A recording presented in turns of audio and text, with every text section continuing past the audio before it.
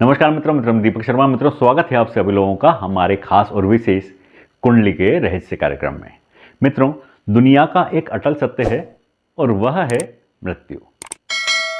जन्म को तो रोका जा सकता है, लेकिन मृत्यु को रोक पाना एक असंभव बात है। जो पैदा हुआ है उसे तो नष्ट होना ही पड़ेगा। तो मित्रों, कुंडली के अंदर मृत्यु के क्या योग होते हैं और वह कैसे योग होते हैं जिनसे मृत्यु का समय निर्धारित होता है, यही सब जानने का आज के कार्यक्रम में हम प्रयास करेंगे। इसके अलावा मित्रों, मारक और मार्केश क्या होते हैं यह भी जानने का प्रयास करेंगे। और मित्रों, कुछ विशेष नियम हैं, कुछ विशेष सूत्र हैं जिनका हमने कई कुंडलियों में अध्ययन किया और उनके आश्चर्यजनक परिणाम देखे, तो उनको भी आज के कार्यक्रम में हम अध्ययन करने का प्रयास करेंगे। तो चलिए मित्रों, चलते हैं और जानने का प्रयास करते हैं कि कुंडली में मृत्यु के क्या योग होते हैं।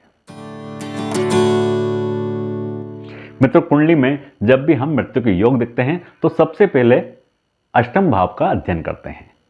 लेकिन मित्रों, आज के कार्यक्रम में हम सबसे पहले लग्न भाव का अध्ययन करेंगे, क्योंकि मित्रों हम पहले भी बता चुके हैं कि किसी भी योग को जानने के लिए सबसे पहले हमें लग्न को देखना होगा, लग्न का विशेष रूप से विचार करना होगा, क्योंकि लग्न के बिना हर योग अधूरा होता है। तो यहां पर सबसे पहले हम लग्न को देखेंगे और लग्न का संबंध देखेंगे। उसके पश्चात हम अष्टम भाव पर विचार करेंगे। अष्टम भाव मृत्यु का भाव होता है और अष्टम से अष्टम भाव वह भी मृत्यु का भाव होता है। अब मित्रों, हमारी कुंडली में एक सामान्य नियम है कि किसी भी भाव से 12वां भाव उस भाव की क्षति करता है। जैसे हमारा लग्न भाव, लग्न भाव हमारा स्वयं का होता है, हमारा रंग रूप, कद काठी, हमारा स्वरूप, हमारी शारीरिक रचना होता है। तो लग्न भाव से 12वां भाव हमारा द्वादश भाव हुआ। यह द्वादश भाव लग्न भाव की क्षति करेगा। क्षति कैसे करेगा? लग्न भाव व्यय भाव होता है और हमारी शारीरिक क्षति करता है। तो लग्न भाव हमारा शरीर होता है और द्वादश भाव हमारी शरीर की शारीरिक क्षति करता है।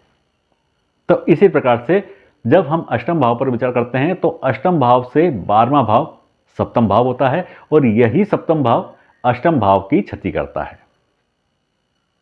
इसी प्रकार से तृतीय भाव से 12वां भाव द्वितीय भाव होता है और यह द्वितीय भाव ही तृतीय भाव की यानी कि मृत्यु भाव की क्षति करता है।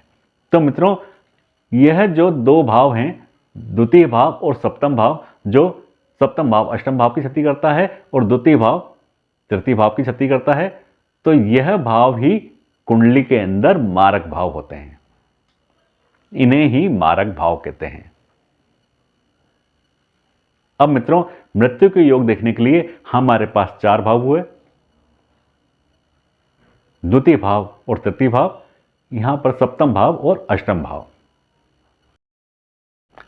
अब मित्रों, मृत्यु के योग देखने के लिए हमारे कुछ अन्य भाव भी जिम्मेदार हैं। वह है द्वादश भाव, जो शारीरिक क्षति का होता है, व्यय का होता है। षष्ठ भाव, जो रोग रूप ऋण का होता है। इनका भी हमें यहां पर विशेष रूप से अध्ययन करना है। तो मित्रों, अब हमारे पास लग्न, द्वितीय भाव, तृतीय भाव, षष्ठ भाव, सप्तम भाव, अष्टम भाव और द्वादश भाव, यह मुख्य भाव हैं जिनसे हम मृत्यु के योगों पर विचार करेंगे। अब मित्रों, हमारे पास जो 2 मारक भाव हैं, इनके स्वामी जो होंगे वह मार्केश कहलाएंगे और यही मार्केश मृत्यु के योगों में अहम भूमिका अदा करते हैं। जब भी हम मृत्यु के योगों पर विचार करेंगे तो इन मार्केश के द्वारा ही मृत्यु का सही समय का निर्धारण होगा। मित्रों, अब हमारे जो 9 ग्रह हैं वह 9 ग्रह मृत्यु के योग बनाते हैं। अब इसमें मित्रों पाप ग्रह और शुभ ग्रह का यहाँ पर कोई भी लेना देना नहीं है। शुभ ग्रह भी मृत्यु के योग बनाते हैं और पाप ग्रह भी मृत्यु के योग बनाते हैं। जिस ग्रह की दशा होगी, जो यह हमने भावों का अध्ययन किया है, इन भावों के जब भी हम संबंध देखेंगे, आगे कुछ संबंध बनेंगे, उन संबंधों में जिस ग्रह का संबंध बनता है, तो उस ग्रह की दशा में जब भी मारक ग्रह की अंतर्दशा और प्रत्यंतर दशा आएगी, तब मृत्यु के योग बनेंगे। अब मित्रों, यहां पर मारक ग्रह का जो हमने शब्द यूज किया है, उसका मतलब यह है कि जो हमारे यह मारक भाव हैं, इन भावों के अंदर जो ग्रह होंगे वह मारक ग्रह कहलाएंगे और इनके स्वामी, इन मारक भावों के स्वामी मार्केश कहलाएंगे। तो मार्केश और मारक ग्रह यह दोनों अलग अलग हैं। द्वितीय भाव और सप्तम भाव में जो ग्रह स्थित होंगे वह मारक ग्रह कहलाएंगे और इनके स्वामी मार्केश कहलाएंगे। तो अब मित्रों, इन भावों के अंदर हम ग्रहों का संबंध देखेंगे।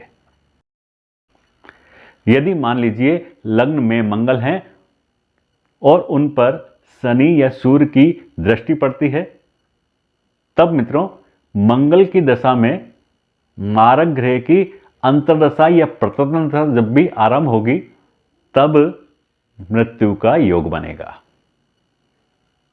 और उसी के अनुसार समय का निर्धारण होगा। इसी प्रकार से षष्ठ भाव में षष्ठेश जब भी षष्ठ भाव में या अष्टम भाव में आएंगे, तब मृत्यु का योग बनेगा। अब इसमें षष्ठेश जो भी ग्रह होगा उसकी जब दशा आरंभ होगी और उस दशा में मारक ग्रहों की अंतर्दशा या प्रत्यंतर दशा आरंभ होगी, तब मृत्यु का योग बनेगा। इसी प्रकार से अष्टमेश जो भी होगा, अष्टमेश की जब दशा आरंभ होगी और उस दशा के अंदर अगर मारक ग्रह की अंतर्दशा आती है या मार्केश की अंतर्दशा आती है, तब वह समय मृत्यु का होगा। यदि षष्ठेश, अष्टमेश और द्वादशेश इन तीनों स्वामियों का संबंध हो जाता है, आपसी संबंध हो जाता है, और यह संबंध इन भावों में होता है, द्वितीय भाव, तृतीय भाव, षष्ठ भाव, सप्तम भाव, अष्टम भाव में होता है, तब मृत्यु का योग बनता है। और उस समय अष्टमेश की दशा में सप्तमेश की अंतर्दशा आरंभ होती है, तब मृत्यु का योग बनेगा। तो यहां पर कुंडली में हमें शनि का विशेष रूप से ध्यान रखना होगा, क्योंकि शनि मृत्यु के कारक ग्रह हैं। शनि की दशा में जब मार्केश की अंतर्दशा आरंभ होगी, तब मृत्यु का समय या मृत्यु का योग बनेगा। अब यदि लग्नेश और मंगल की युति छठे भाव, अष्टम भाव और द्वादश भाव में होती है, तब मृत्यु का योग बनता है। अब इस स्थिति में अष्टमेश की दशा में मार्केश की अंतर्दशा जब भी आरंभ होगी, तब मृत्यु का योग बनेगा। तो इस प्रकार से मित्रों हम तृतीयेश और अष्टमेश की दशा और मार्केश या मारक ग्रहों की अंतर्दशा और प्रत्यंतर दशा में मृत्यु के समय का निर्धारण करेंगे। तो इस प्रकार से मित्रों हम मृत्यु के योग कुंडली के अंदर देख सकते हैं, लेकिन इसके लिए हमें गंभीरता से कुंडली का अध्ययन करना होगा। तो मित्रों यह था हमारा आज का विशेष कार्यक्रम। अगले कार्यक्रम में फिर एक विषय पर चर्चा करेंगे। तब तक के लिए मित्रों आगे दीजिए। नमस्कार, जय श्री राम।